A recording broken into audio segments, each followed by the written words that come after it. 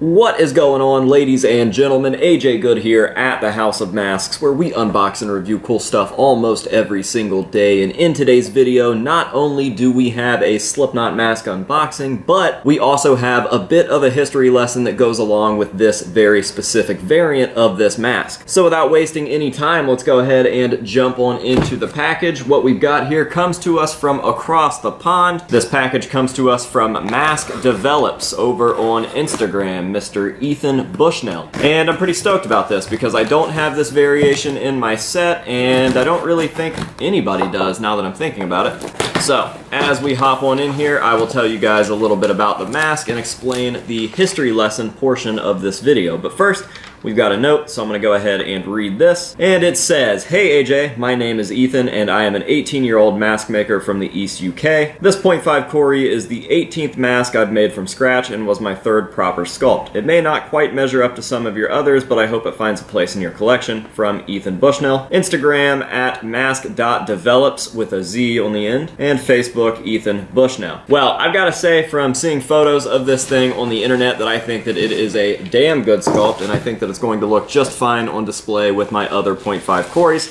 So, what do you say we go ahead and take this beast out of the packaging and get a proper look at everything. So, we'll pull out the outer mask first. This is obviously what sits on the outside of the main mask that Cori would wear for the entire concert. He would kind of rip this piece off as he goes. And this is a little less important than the rest of the mask, and I'll explain why as we take this other piece out. Here we have the main mask. This is going to be the full lower jaw and the inner mask of the upper half, if that makes any sense.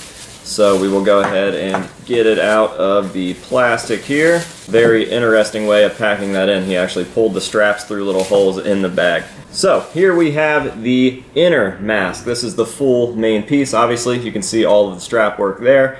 And this variant is going to be the Knotfest meets Ozfest, or Ozfest meets Knotfest 2016 variation. Now, this was a public announcement where Knotfest and Ozfest were coming together, and we saw all sorts of celebrities in the metal and rock scene in attendance at this press conference. Ozzy, Zakk Wylde, and a few members of Slipknot, to name a few, one of them being Cori. Now, each member of Slipknot did have a pretty interesting mask that it seems that they only wore for this press conference. Clown had a .5 clown that was all black with an All Hope Is Gone female clown on the outside. Sid had his Bassett horse mask, if you will. And then Cori had a .5 only the under mask with some very specific paint on it. Now, we never saw Cori wear this mask with this style of face paint smeared all over it again, and we never saw him wear it prior to this either. And this is probably one of the only times that you'll ever see Cori with this mask without the upper half being removed on stage or in an interview or something. So definitely an interesting, very niche specific variation of the mask, and I'm going to turn this replica around for myself to take a look at it, but I just wanted to give you that little bit of information as to what exactly this was before I dive on into the replica itself. So here's my first real look. Yep, looks pretty freaking good. Definitely a great sculpt. I don't want that to go undersold. I know that he said in that note that he was worried that this sculpt wouldn't hold up to some of these other sculpts in my collection, but I've got to say,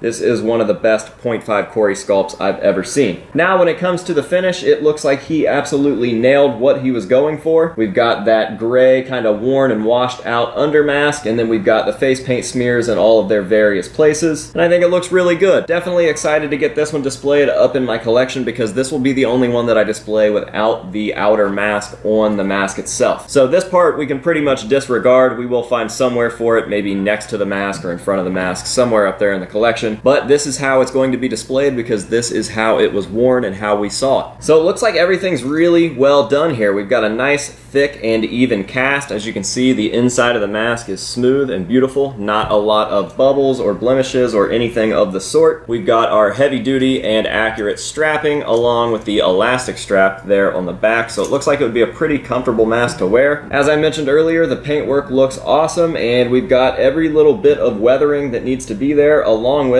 accurate stitching down here on the lower half of the outer mask. So all in all, I've got to give this thing a big thumbs up. I would say that he knocked this this out of the park and gave us a 10 out of 10 replica to put up in the collection. Huge shout out to Ethan for throwing this over my way and allowing me to review it. I definitely appreciate it, and I would highly suggest going and picking one of these up. If this kid is only 18 years old and he's knocking stuff like this out, then it's only up from here, and who knows what the future holds. So with that being said, I am going to be dropping Ethan's information down below. Make sure to go hit him up, let him know that the House of Masks sent you, and maybe he'll keep hooking us up with cool stuff in the future. Now, as always, I am going to go ahead and end this video with some nice up-close shots of this piece to let you guys see all of the beautiful, beautiful detail, and that will be that for today's video. I hope that you guys enjoyed it, and if you did, please go down there and leave me a thumbs up and maybe even a comment. I'll even make the comment part easy for you. Which variant of the .5 Corey was your favorite? Let me know down in the comments below. Looking forward to seeing your guys' answer, because I know exactly what variant is my favorite, and I want to see who is the first person who names the same exact one as mine. Alright, so that is going to do it for us here in this video. Thank you guys for watching, and until next time, this has been AJ Good here at the House of Masks telling you to say no to drugs and alcohol, and yes to specific variants, and we'll see you guys in the next one.